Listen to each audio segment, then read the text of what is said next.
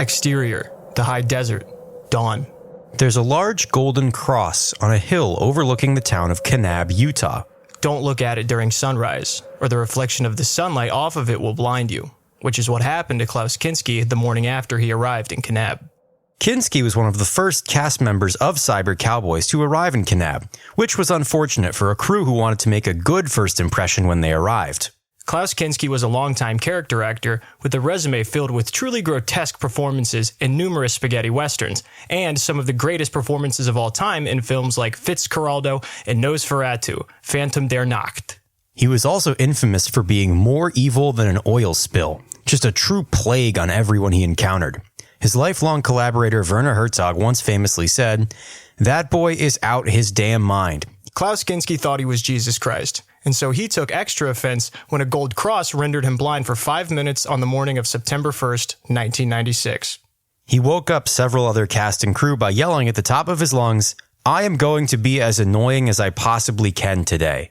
This town will feel the wrath of Klaus Kinski." By the end of that night, Klaus Kinski would be dead. Klaus Kinski wasn't the only high-profile actor cast in Cyber Cowboys. Far from it. Everybody wanted to work with Denis Canter on the most expensive movie of all time. Costner was already guaranteed the lead spot. Denis had loved working with him on Blood and Sand, but many other leading actors were willing to forego top billing just to be involved. Possibly most notable among them was the guy playing Costner's sidekick, Oscar winner Saturday Lewis. Saturday Lewis didn't take a lot of roles. He got offered a lot of them, but he only selected highly difficult roles guaranteed to garner him critical acclaim. He starred in mega-hit biopics playing great roles like John F. Kennedy and later Lyndon Johnson, before finally winning his Oscar in the 1993 film Ho Chi Minh. The roles were particularly demanding due to Saturday's intense preparation method. Now, please explain to the untrained, non-thespian audience. Please explain to them, Saturday, what it means to be a method actor. Wrong you are, James Lipton. Method actor, I am not.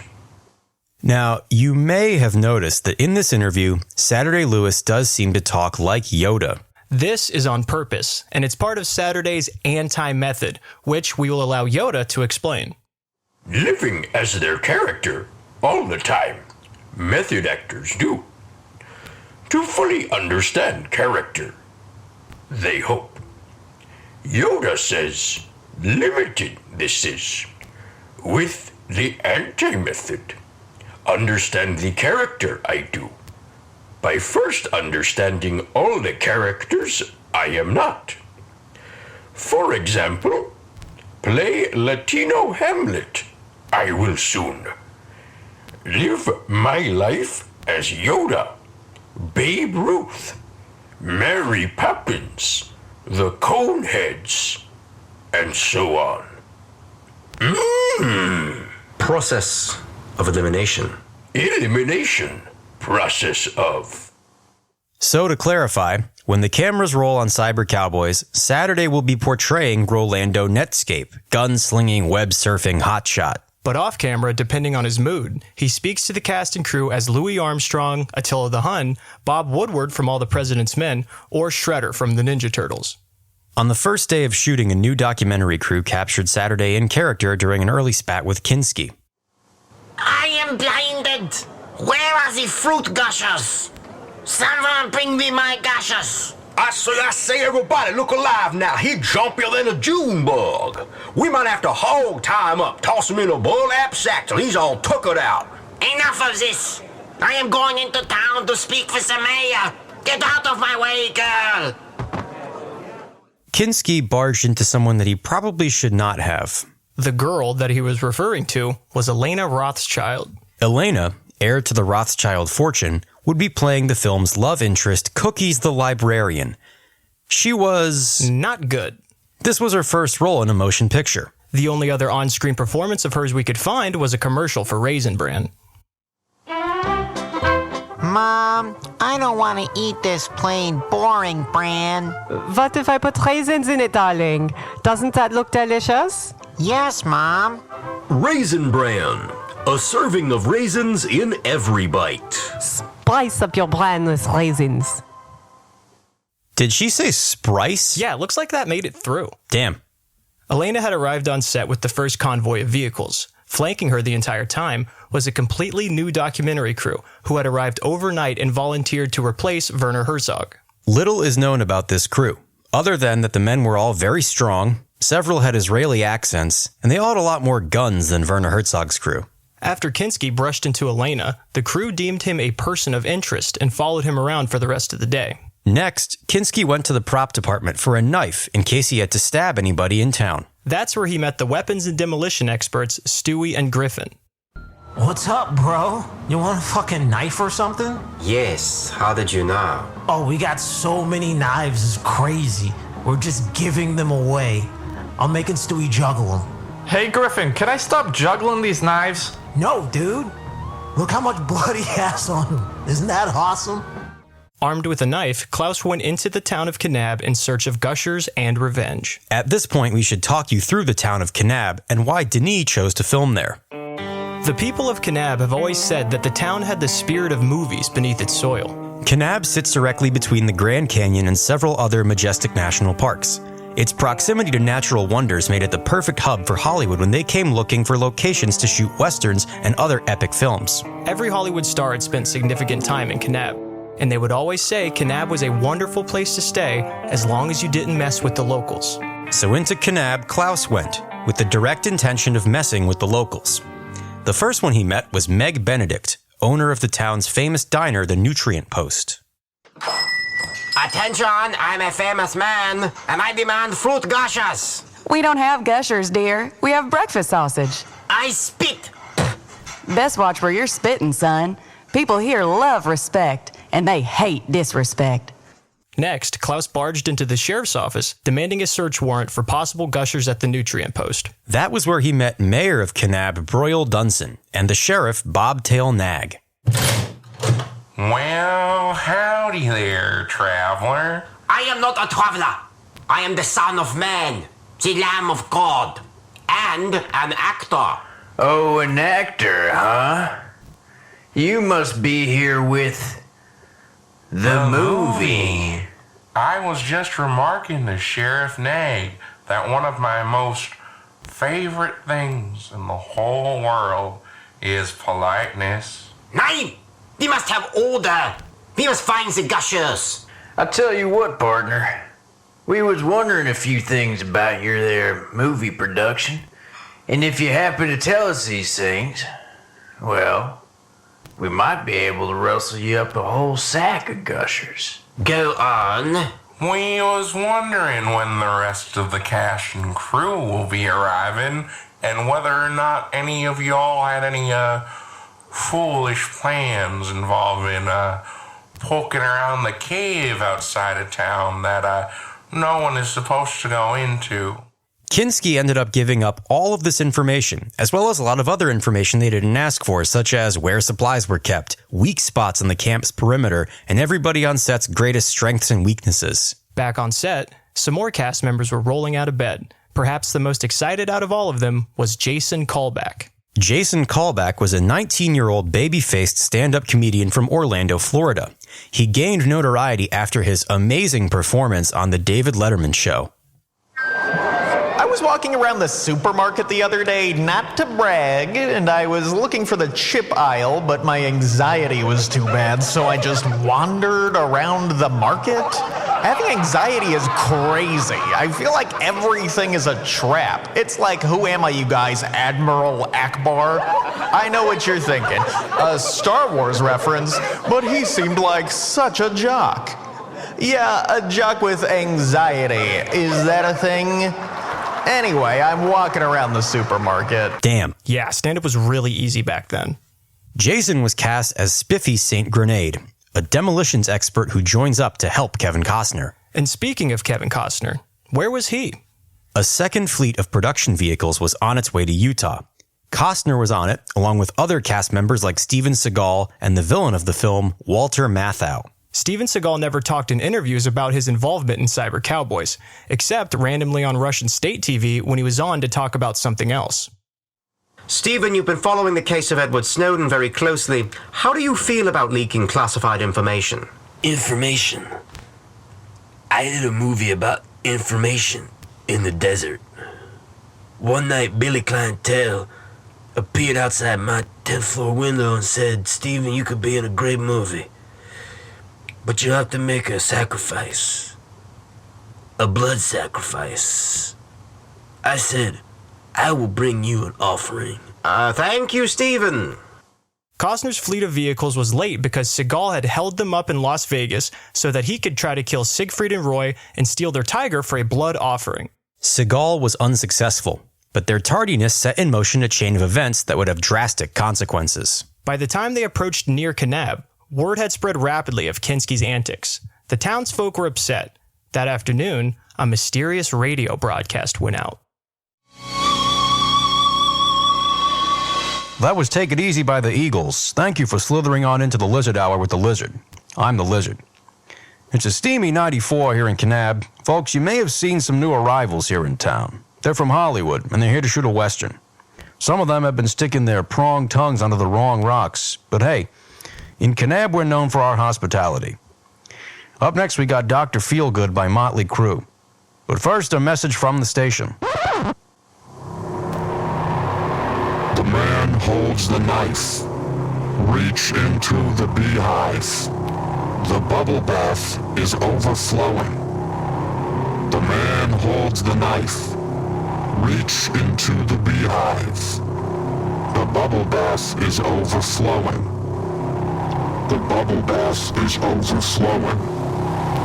The bubble bath is overflowing. The bubble bath is overflowing.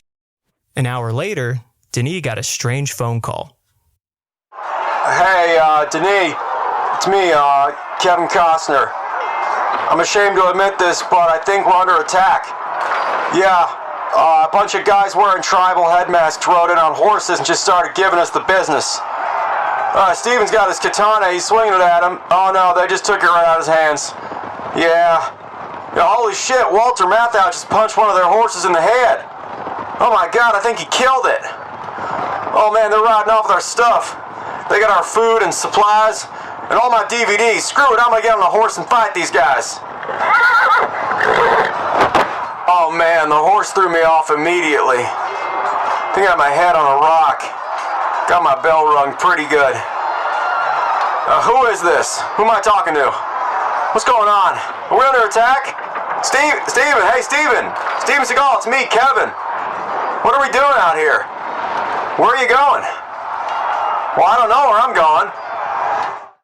The mysterious attackers came out of the desert on horseback, stole equipment, DVDs, food, anything that wasn't bolted down, and vanished back into the sands. Production hadn't even started, and the star of the movie had already been seriously concussed.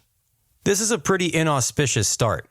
As day ones of production go, you'd think it couldn't get much worse. But it would. Oh boy, it certainly would.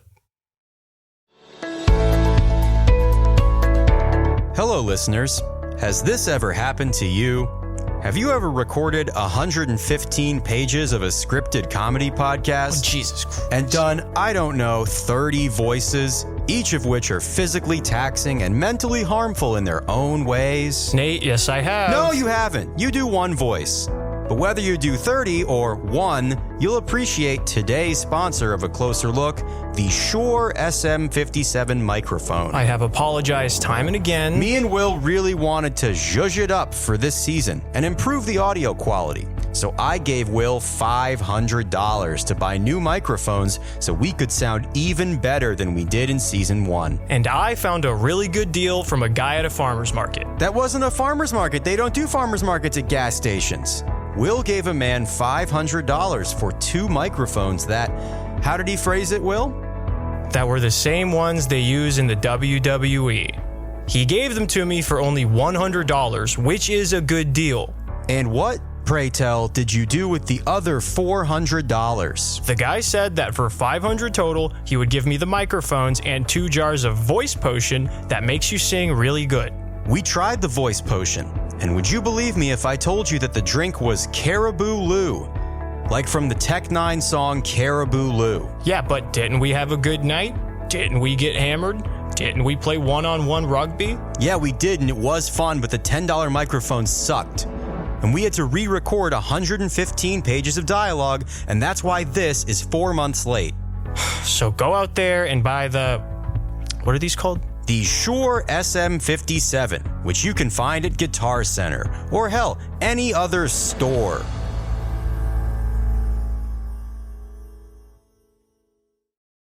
Back on set, Deni was extremely alarmed by the mystery raid.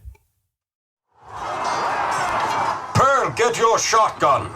I want all the stars' trailers arranged in a circle. Deni was acting like a general, rallying his troops in preparation for another attack. Move the Alabama Brigade's cannons up on the ridge. We will stand our ground until General Longstreet relieves us.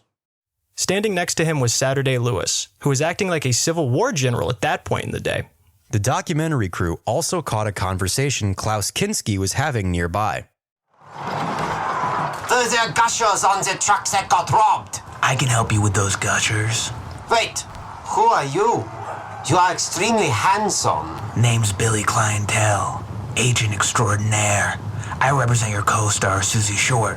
Greet the gentleman, Suzy. Howdy. I do declare I loved Aguirre, the Wrath of God.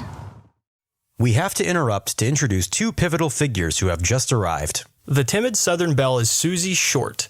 Suzy was a totally unknown actress who had risen to stardom almost overnight after being discovered at a crossroads in the rural South by her agent. Her agent was Billy Clientele. Billy Clientele represented a lot of budding stars, people like Bobby Cactus, Maria Dilbert, Greg Stofferson. You haven't heard of any of these people because they all died the day before their 28th birthday, all within 6 to 12 months of rising to stardom. Suzy Short is 27. Billy Clientele had been representing young stars for a long time. A long time. No one knows just how old Billy Clientele is. He was supposedly born in June of '66, but we found some puzzling things into our research into him. A legal contract between RKO and a new Western actor named Coulter Holmstead was signed in 1939 with one William Clientele as the witness. At the MGM archive, we found a photo from a huge studio party with stars like Gary Cooper, Greta Garbo, Lillian Gish, and, standing in the front, smiling, with his right arm up and his left arm down, is a man who looks exactly like Billy Clientele. The photo is from 1921. Also, he signed the Declaration of Independence, or someone named Billy Clientele did, from Delaware. Billy was a strange-looking man. He had a tuft of California surfer blonde hair, but a very pointy jet black goatee. Sometimes in his pant leg you can make out what appears to be a long red tail with a point. And sometimes in the footage he sort of floats off the ground. Now, I am not a religious man. I am. So it's not easy for me to admit that Billy Clientele is the devil. Yeah, we're pretty sure he's the devil. Sadly, we couldn't reach Billy Clientele for comment on his role in the production of Cyber Cowboys, since he allegedly was on that Malaysian plane that disappeared. When Billy Clientele arrived on set, the first thing he did was strike up a conversation with Klaus Kinski, which we can faintly hear in the background of the documentary footage. Damn that Jeb Stuart taking all my cavalry on one of his raids. Hey, Mr. Kinski. Have you noticed that the people of Kanab seem awfully reluctant about handing out their gushers? They also seem pretty protective of those caves outside of town. Now, I'm no mathematician, but can you put 2 and 2 together for me, Klausy boy? There must be a vending machine in the cave. Wow. I never would have thought of that. Only one way to find out. You better go now. And don't tell no one, because they might want some of your gushers. Can I trust you? Your secrets are always safe with Billy Clientele. And with that, Suzy and Billy climb into the red seats of Billy's black Corvette and drive somewhere. After Deni made an urgent demand to have more security, Pearl reached out to an old friend who lived in the rough side of St. George, Utah. 3 hours later, the echoes of motorcycles could be heard throughout the Cyber Cowboys camp. 50 men dismounted Harleys, all wearing leather jackets. On those leather jackets, a matching patch which bore the symbol of the infamous biker gang, the Rob Zombies. That was our name, because we would rob anybody, even a zombie. The man speaking to the camera is Michael Chiclets, who was the leader of this group that arrived in Kanab. The Rob Zombies made the Hells Angels look like the Heavens Devils. Their original chapter made a fortune in 1985, selling the only remaining supply of Quaaludes to children across Florida. With plenty of bikers looking to get in on the action, chapters popped up all across the country. And the St. George, Utah chapter was by far the most hapless. Yeah, one time a traveling circus came to town and we stole all their fucking monkeys. What did you do with them? Oh, nothing. They got out, man. They figured out how to work together, and they took 6 of our bikes, but people in St. George knew not to fuck with us. What did you do yesterday when you arrived on set? Well, Deni was really worried about somebody infiltrating the camp, so I decided to start tattooing the letter F on everybody's lower back because F stood for friend. I tattooed one guy and he pointed out that F could also stand for foe. And then I got all turned around and we just ended up doing laps around the town and we tried to look intimidating. But a bunch of us ran out of gas, and luckily we met a really cool guy who let us crash at his museum for a bit. The man he's referring to is Colt Winchester, and the museum he owned was the Kanab Museum of Western Film History. We were able to speak with Colt, and he's awesome. He fucking rules. Yeah, Nate and Colt really hit it off. Do you remember anything that happened on the day of the robbery?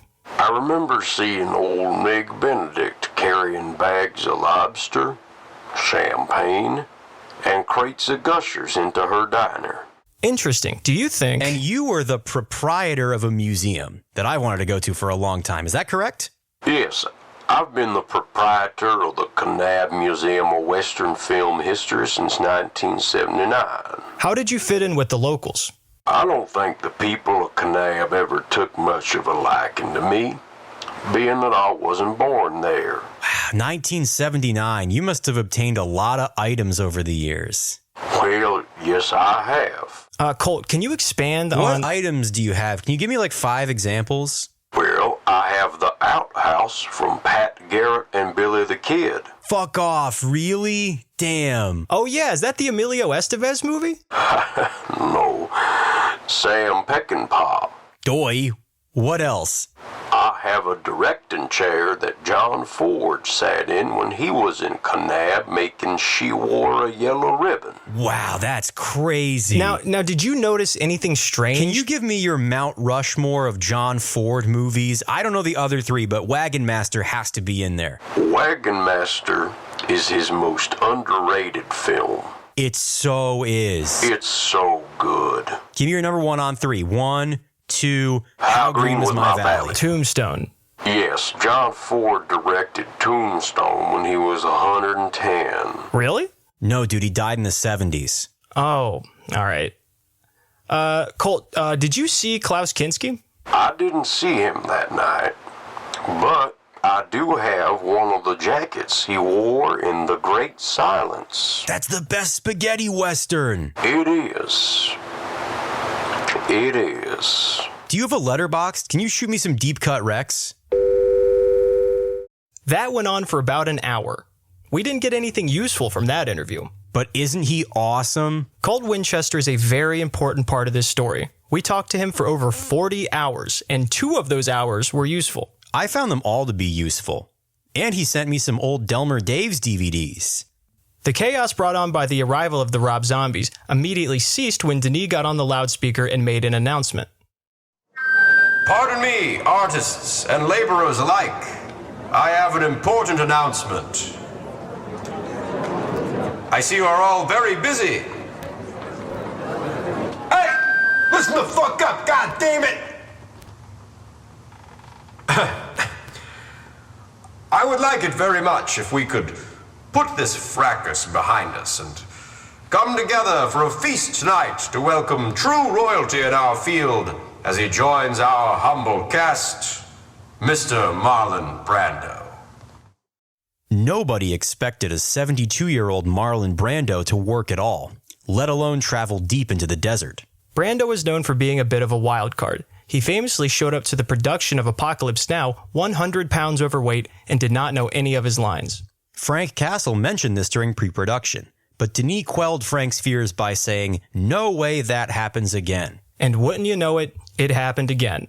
Brando showed up having gained 50 pounds in 3 months, had not read the script, and thought he was doing a voiceover role for Toy Story 2. Right behind Brando was the beaten and battered convoy of Costner, Mathau, and Seagal. Having been violently attacked only a few hours prior, they desperately needed medical attention.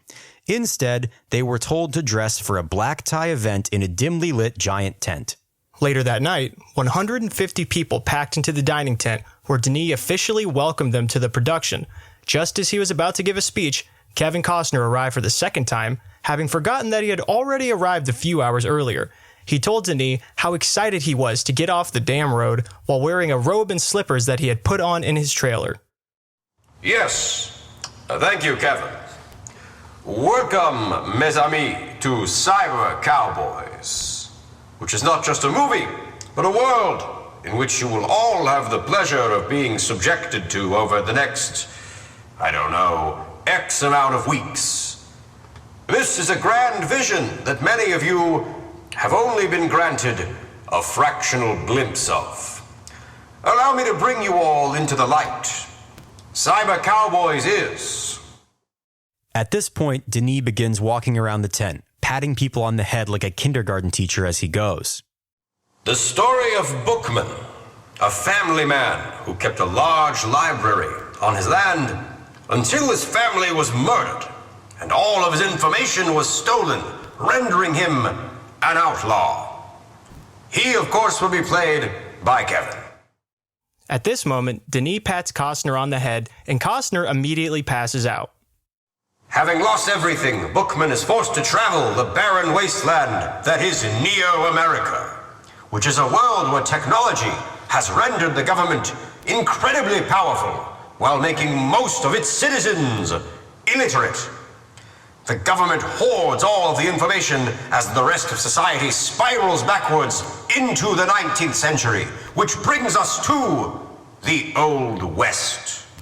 Through Bookman, we learn that pieces of information written on scraps of paper that act as currency are known as slips, and people are willing to kill for them. Drunk in a saloon one day, Bookman is approached by Rolando Netscape, who will be played by Saturday Lewis. Yabba-dabba-doo! Netscape tells Bookman about a plan to rob the government's largest stash of information, the Internet train. The Internet lives on a constantly moving train that is miles long and expands upward into a complete functioning city hundreds of feet tall. This city is guarded by the Master Chief, an intimidating heavy played by none other than Marlon Brando. Wait, this isn't Toy Story? I thought this was Toy Story 2.